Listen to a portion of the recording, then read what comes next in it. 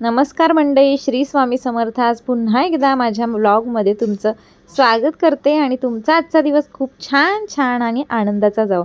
तर आजचा हा व्हिडिओ आहे तो म्हणजे मार्गशीर्ष महिन्यातला शेवटचा गुरुवार, त्या दिवशीचा हा व्हिडिओ आहे. आणि आपण महालक्ष्मीची पूजा कशी केली तुम्ही शॉर्ट व्हिडिओमध्ये जर बघितलं असेल तर खूप छान महालक्ष्मीची आपली सजावट वगैरे झाली होती. पण पूर्ण व्लॉग तुम्ही हा बघा.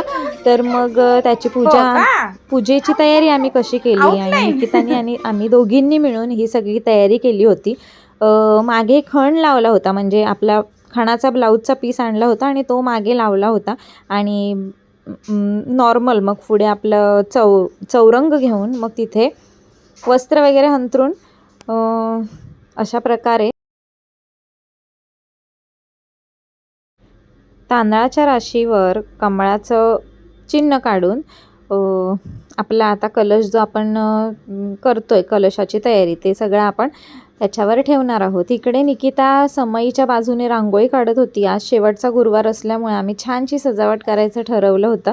आणि तिला एक वेळेस अडचण आली आणि मला एक वेळेस अडचण आली आणि त्याच्यामुळे कसं आम्ही एकट्याने तयारी केली होती. आणि आम्ही पहिल्या गुरुवारपासून आम्ही दोघींनी एकत्र तयारी केलेली आहे. म्हणजे आता निकिता आणि मी आम्ही दोघीही वेगवेगळ्या राहतो, पण महालक्ष्मीची ही पूजा वगैरे आहे, तर आम्ही म्हटलं आपण ही पूजा दोघींनी मिळून एकत्र करूयात. तर मग पहिला गुरुवार दोघींनाही एकत्र मिळून पूजा करायला भेटला, पण बाकीचे 2 होते त्यावेळेस असं नाही झालं. पहिल्यांदा मला अडचण आली होती आणि नंतर तिला अडचण आली होती. पहिल्या वेळेस ती घरी येऊन तिने पूजा वगैरे मांडली आणि दुसऱ्या वेळेस मग मी माझी मांडलेली. तर आणि चौथा जो गुरुवार होता, म्हणजे हा शेवटचा गुरुवार, त्यावेळेस आम्हा दोघींनाही छान तयारी करायला भेटली. आणि जेव्हा एकमेकींच्या बरोबर कोणीतरी असतं, म्हणजे दोघी मिळून असतो, तेव्हा खूप छान काही ना काहीतरी करू शकतो. त्याच्यामुळे तयारी आता झाली. देवीची सजावट वगैरे सगळी झालेली आहे. थांब जरा.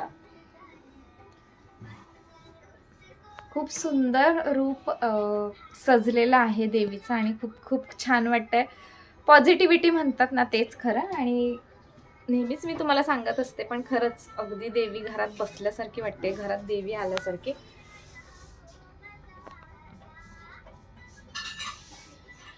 चला, आता सगळी सजावट झाली, देवीचं सगळं मांडून झालं. आता स्वयंपाक करायचा आहे, पुरणपोळीचा नैवेद्य आज करायचा आहे. त्याच्यानंतर आता वाजलेत 4 वाजायला आलेत आणि आम्हाला लवकरात लवकर जेवण वगैरे सगळं करायचं आहे. कारण संध्याकाळच्या वेळेला हळदी कुंकवाला सगळ्या बायका बोलवतात, त्याचबरोबर सगळ्या बायका आपल्याकडे सुद्धा येतात. त्याच्यामुळे मग हळदी कुंकू म्हणजे ह्या घरातून त्या घरात, त्या घरातून त्या घरात, त्याच्यामुळे इतका वेळ जातो की स्वयंपाक बनवायला वेळ भेटत नाही. त्याच्यामुळे आम्ही लवकर स्वयंपाक बनवतोय. आणि बघा मागे हे दे ते दे, खूप कंटाळा आणला ह्यांनी, तर ओजसने जरा जास्तच हे दे ते दे करायला, मध्ये नुसतं काम करू देत नाही. पसारा पण केलेला खूप. नको काय करावं सांगा, काय करावं.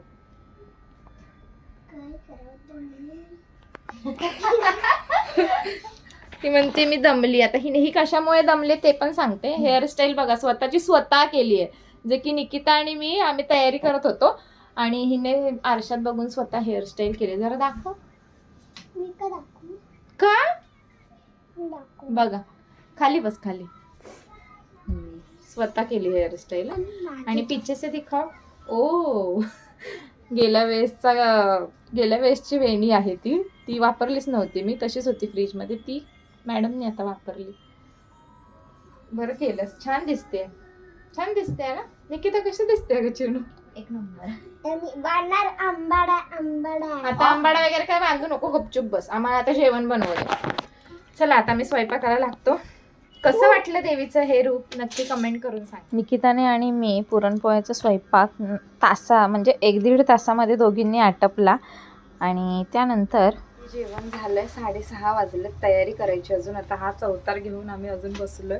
सगळं झालं आणि आता सगळं झाडू वगैरे मारून मग आम्ही आमची तयारी करायला घेणार आहोत. आणि आता म्हटलं जरा मस्तपैकी चहा पियावा. सकाळपासून उपवास आणि त्यात काही खाल्लं नाहीये, फळच खाल्ले, म्हणजे केळी वगैरे खाल्ले. त्याच्यामुळे मग म्हटलं पहिल्यांदा चहा पिऊया. चहा ठेवलाय, चहा पिऊ आणि नंतर मग आम्ही आमची तयारी झालोय आम्ही. आणि पुस्तक वाचलं नाही आहे, पुस्तक वाचून घेतो आणि त्यानंतर मग बायकांना हळदी कुंकवाला बोलवणार आहोत. तर कशी दिसते निकिता, कशी दिसते मी नक्की सांगा. चल, आणि हा अजून एक महत्वाचं, हे बघा चाललंय ते पण दाखवते. तिला हळदी कुंकवाला बोलवलेलं आणि तिथे लिपस्टिक प्रोडक्ट माझं झालं. मी लिपस्टिक कोणाला देणार? लिपस्टिक नाही ग, लिपस्टिक. लिपस्टिक कोणाला देणार मी माझी आता? कोणाला टच पण नाही करू देणार. हो का? लाव पण नाही देणार मी. मेकअप आर्टिस्ट छान आहे तुझी. आता कुठे बोलवले का? खूपच बोलायला लागली आहे. बाय बाय आई बाय. चला आता पुस्तक वाचून घेतो आणि मग नंतर ब्लॉग कंटिन्यू करा. झटपट तयारी केली आहे. हेअरस्टाईल पण व्यवस्थित वगैरे काही केली नाही कारण झालाय उशीर, त्याच्यामुळे. कशी दिसते सांगा. मम्मीची साडी आहे. मम्मीला आम्ही तिच्या ॲनिव्हर्सरीच्या टायमिंगला, म्हणजे तेव्हा मी नुकतीच जॉबला लागलेली आणि ॲनिव्हर्सरीला आम्ही तिला पैठणी घेतलेली, जी की पैठणी तिला कधीपासून ती जेव्हा त्यावेळेस होम मिनिस्टर वगैरे चालू असायचं आणि तिला असं वाटायचं मला पैठणी. तिला पप्पांना कित्येक वेळा बोलून पण तिला काही पैठणी भेटली नव्हती, पण तेव्हा आम्ही ही पहिल्यांदा पैठणी घेतलेली. ती पैठणी आता मम्मी इथेच ठेवून गेली आहे, तर मग मी म्हटलं आज मी घालावं. कशी दिसते सांगा. हेअरस्टाईल काय नॉर्मल क्लिप लावलाय आपला. चला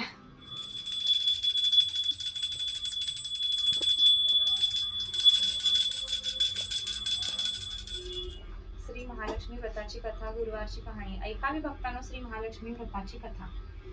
गुरुवारची कहाणी. ही कहाणी वाचल्याने किंवा ऐकल्याने दुःख, दारिद्र्य, काळजी दूर होते. श्री महालक्ष्मीच्या कृपेने संपत्ती, ऐश्वर, वैभव प्राप्त होते. मनीची इच्छा पूर्ण होते. श्री महालक्ष्मीचे नावे. इथे जेव्हा मी पूजा वाचत होती तेव्हा सुद्धा ओजस मध्ये येऊन डिस्टर्ब करत होता. शांत असा नसतोच, 5 मिनिटं सुद्धा शांत बसायचं हे नसतं, पण कशी तरी केली त्याला गोड बोलून. त्याला मांडीवर बसायचं होतं. तो म्हणत होता मला तुझ्याच मांडीवर बसायचं. निकिताने समजावून त्याला स्वतःच्या मांडीवर बसवलं आणि पूजा करू दिली मग त्याने. नाहीतर अशा वेळेस तो, मी जेव्हा एकटी असते तेव्हा तर खूपच मला त्रास देतो. ग्रंथ वाचनसुद्धा आमचं चालू होतं तेव्हासुद्धा मला खूप त्रास द्यायचा. वाचनामध्ये खूप अडथळा आणायचा. त्याचं असतं की मला मांडीवर घे, मग मांडीवर घेऊन वाच, मग किती वेळ वाचतेस, मग इतका वेळ कशाला वाचतेस, हे सगळे प्रश्नसुद्धा त्याचे असतात. मंगलमूर्ती दर्शन मात्रे मान कामनापूर्ती, जय देव. अशा प्रकारे पूजा झाली. त्यानंतर आरती केली आणि मग नंतर बायका आल्या घरी. सगळ्यांच्याच घरी हळदी कुंकू असतं. सगळ्या सवाष्णींचे गुरुवारचे, मार्गशीर्ष महिन्यातल्या गुरुवारचा उपवास असतो आणि मग त्या आपल्या घरी येतात. त्याचबरोबर आपल्यालासुद्धा त्यांच्या घरी जायचं असतं. तर आमचं पहिलंच घर असल्यामुळे पहिल्यांदा सगळ्या आमच्याकडे आल्या. त्यानंतर मग आमच्याकडून सगळ्यांच्या घरी जायचं होतं. मलासुद्धा सगळ्यांच्या घरी जायचं होतं, पण घरी म्हणजे ज्या बायकांना जसा वेळ मिळेल तशा त्या बायका यायच्या. घरीसुद्धा स्वयंपाक वगैरे असतो, त्याच्यामुळे जसा टाईम भेटेल तशा बायका येतात.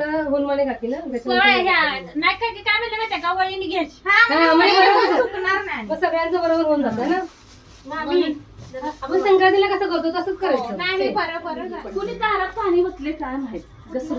मला ना ते कलर कॉम्बिनेशन आवडलं. हे कॉन्ट्रास्ट मध्ये ना मस्त काय 2-3 बार टाकी हो गया. हळदी कुंकू झालंय. आता त्यांच्या घरी जायचंय, जे सगळे आपल्या घरी आलेत ते. आता त्यांच्या घरी जाऊन हळदी कुंकू घेतो.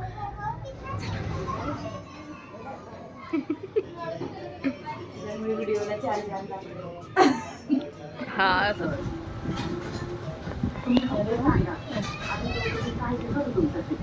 सायलीला थोड्या बदलाची गरज आहे.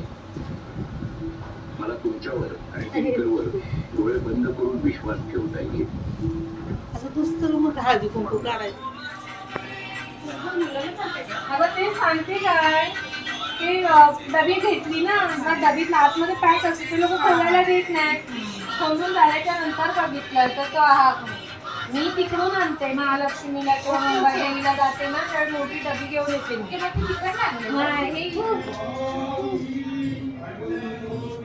काय हो? नाही कुठे गेली?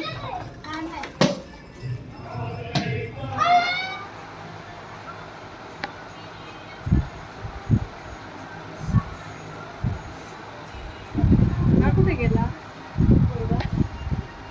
ते कुठून आणला? इथे होतं ते.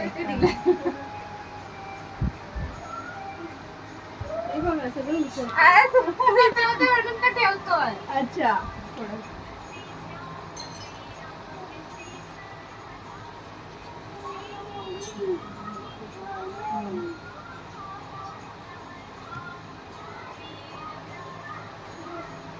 आधी दे हो हे बघ तुला सगळे त्यांना बनाना देते. तो काय बोलतो बनाना देऊ नका.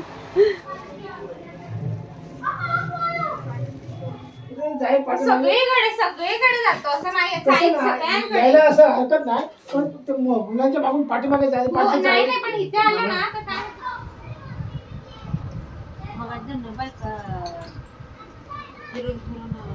निकिताला म्हणताय का तुम्ही? हा निकिताला ती भजी तळायला जाते ते जाते ते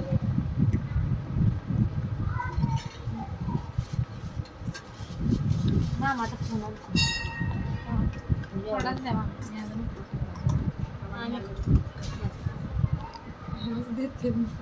हे पण धर्म माऊली काय रे ते काय त्याला बोलायला येते का? चला काय झालं? काय झालंय पण दाखव. अगं दाखव ना पटकन. शेंबूड आलाय का? हा तिच्या नाकाला कुंकू लागले म्हणून किती लाजते बाई. बघा आता बघा. मग एवढं काय लाजायचं त्यात. कडून हळदी कुंकूला जाऊन आली. आता नैवेद्य देवाला दाखवते आणि त्यानंतर मग जेवायचं. थांब बाजूला. आमटी पोळी गुलाबी चिची भात गुलाबी आमटी पोळी गुलाबी भात. हा आता